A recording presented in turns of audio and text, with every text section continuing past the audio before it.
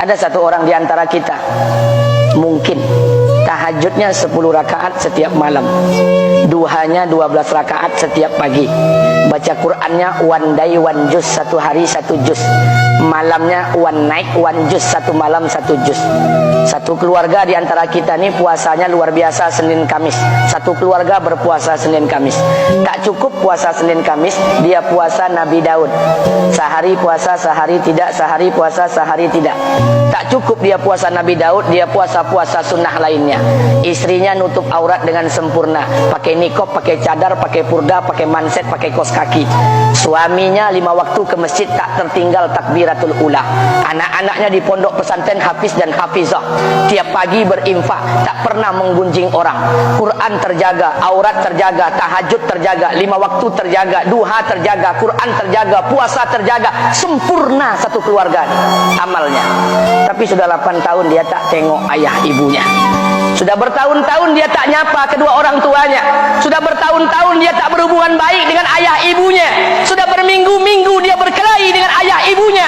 Sudah berhari-hari dia bermusuhan dengan kedua orang tuanya. Maka anak seperti ini, seluruh amal yang mereka kerjakan tertolak di sisi Allah Subhanahu wa taala, tidak akan diterima Allah. Sebaliknya, kalau ada di antara kita hari ini yang pandai melayani ayah ibunya, tidak ada uang ayah ibu dia kasih uang, tak ada rumah ayah ibu dia buatkan rumah, sakit ayah ibu dia bawa ke rumah sakit, dirawat ayah ibunya dia jaga, kotoran ayah ibunya dia bersihkan pakai tangannya sendiri. Ada di antara kita hari ini yang membersihkan kotoran ayah ibunya lebih dia nikmati daripada makanan yang ia sukai. Begitu luar biasanya dia melayani ayah ibunya, tapi dia tinggalkan solat, dia injak-injak perintah Allah, dia tinggalkan perintah Allah dengan mutlak. Maka kebaikan satu orang anak ini kepada ayah ibunya seluruhnya tidak diterima Allah Subhanahu wa taala. Atau jangan-jangan inilah yang menjadi penyebab amal kita tak diterima Allah.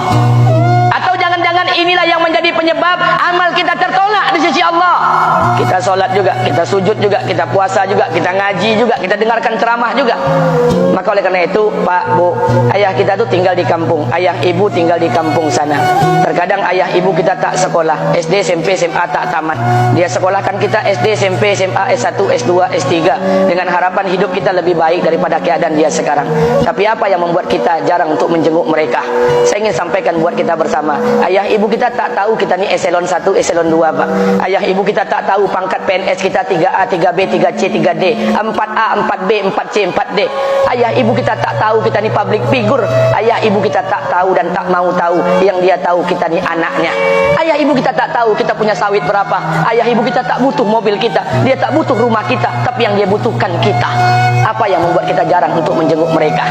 Tahun 2016 di Masjid Damai Langgeng, saya diundang ceramah di sana. Habis pulang ceramah, saya baca WA SMS. Ada seorang ustadz Pekanbaru kirimkan WA dengan saya. Saya baca 2 kali, air mata saya menetes. Kenapa? Karena WA itu berisi cerita satu orang ibu sedang menelpon anaknya. Ibunya nelpon anaknya. Assalamualaikum nak. Waalaikumsalam, kata anaknya. Kata ibunya, nak, sudah 1 bulan kau tak tengok ibu. Apa yang membuat engkau berhalangan, nak? Apakah kau sibuk dengan pekerjaanmu? Minggu yang kedua ibunya telepon lagi. Assalamualaikum nak. Kata anaknya, waalaikumsalam. Kata ibunya, nak, ibu dapat kabar apa engkau baru beli mobil baru. Apa betul, nak? Kata anaknya, betul bu. Kata ibunya, alhamdulillah nak, ibu bangga kau pandai menyenangkan hati anak istrimu. Minggu yang ketiga ibunya telepon lagi. Assalamualaikum nak. Kata anaknya, waalaikumsalam. Kata ibunya, nak, ibu dapat kabar bahwa engkau baru beli rumah baru. Apa betul, nak? Kata anaknya, betul bu. Kata ibunya, alhamdulillah nak, ibu senang kau bertanggung jawab dengan anak istrimu. Minggu yang keempat ibunya telepon lagi. Assalamualaikum nak. Waalaikumsalam. Kata ibunya, nak, tadi ibu pergi ke pasar, ibu jumpa temanmu di pasar. Kata temanmu di pasar, temanmu banyak bercerita tentang kamu. Kata temanmu tadi, kamu baru beli anak anjing seharga 40 juta dari negeri Belanda. Apa betul, nak? Kata anaknya, betul. Kata ibunya, nak, dengarkan pesan ibu untuk terakhir kalinya. Apa pesan ibunya? Wahai anakku, Engkau pelihara 1 ekor anjing, kau siapkan harga anjing 40 juta. Kau siapkan rumah untuk anjingmu depan rumahmu. Kau jaga anjingmu pagi, siang dan sore. Kau mandikan anjingmu pagi, siang dan sore. Kau kasih makan anjingmu pagi, siang dan sore. Demi Allah nak, dengarkan pesan ibu untuk terakhir kalinya. Apa kata ibunya?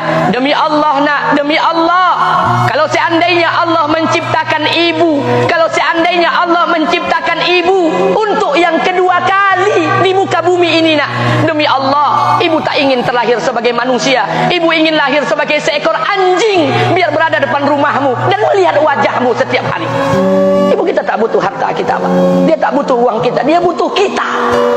Apa yang membuat kita jarang untuk menjenguk mereka? Pantas hidup kita tidak berkah, pantas rumah tangga kita tidak sakinah, karena hubungan dengan ayah ibu kita rusak selama ini. Masih ada kesempatan, masih yang jauh telepon, yang dekat kunjungi mereka. Demi Allah, kita butuh keberkahan doa mereka. Yang sudah meninggal, ziarahi kuburnya dan doakan mereka. Imam As-Syafi'i berkata, apa kata Imam As-Syafi'i? Manusia zalim, manusia bodoh, kalian tak tahu apabila ayah dan ibu kalian mengangkat tangan di malam hari, dia berdoa kepada Allah untuk anaknya. Doanya cuma sekali, malamnya cuma sekali, hanya sekali saja doanya. Apa kata Imam Syafi'i? Sekali doa ayah dan ibu kalian sudah cukup bagi Allah untuk menjadikan kalian anaknya berkah dunia akhirat. Hari ini berapa banyak doa ayah dan ibu kita, tapi tidak ada keberkahan buat anak mereka. Kenapa? Hati mereka tersakiti. Maka pulang, Pak, cari mak bapak kita. Kita punya rumah hari ini, Bu, kita punya rumah, punya harta, punya uang, punya pekerjaan, punya kekayaan, punya sawit. Kita jadi orang hari ini jadi pegawai bukan kena sarjana kita, Pak. Kita jadi orang hari ini bukan kena otak kita. Kita jadi orang hari ini bukan kena kepintaran kita. Kita jadi orang hari ini jangan-jangan kena keberkahan doa ayah dan ibu kita yang tak pandai tulis baca di kampung sana. Cari mak bapak kita, Pak. Demi Allah, kita butuh keberkahan doa mereka. Apa guna di kehidupan dunia sementara Allah tidak ridho dengan kehidupan kita? Pantas amal kita tertolak di sisi Allah. Maka pulang ke rumah, cari mak dan bapak kita yang masih hidup, duduk bersama mereka. Kalau seandainya kita tak bisa membahagiakan mereka, jangan pernah menyusahkan mereka. Kalau seandainya kita tak bisa membuat mereka tertawa, jangan pernah membuat mereka menangis. Demi Allah, kita hanya punya 1 ayah kandung, kita hanya punya 1 ibu kandung. Tidak akan ada ayah kandung yang kedua, tidak akan ada ibu kandung yang kedua. Harta kita cuma 1, ayah kita cuma 1, ibu kita cuma 1. Tidak akan ada ayah kandung yang kedua, tidak akan ada ibu kandung yang kedua. Pangkat jabatan bisa dicari, harta bisa diraih, kesempatan membahagiakan ayah dan ibu kita hanya sekali di kehidupan dunia ini, Pak. Pulanglah. Ketika mereka memanggil, tinggalkan istri, tinggalkan pekerjaan, tinggalkan semua proyek kita. Demi Allah, datangi mereka. Kata Nabi, sesaat kalian duduk bersama ayah dan ibu kalian akan mendatangkan keberkahan. Kenapa kalian tidak duduk bersama mereka? Jangan-jangan inilah yang menjadi penyebab amal-amal kita tertolak di sisi Allah.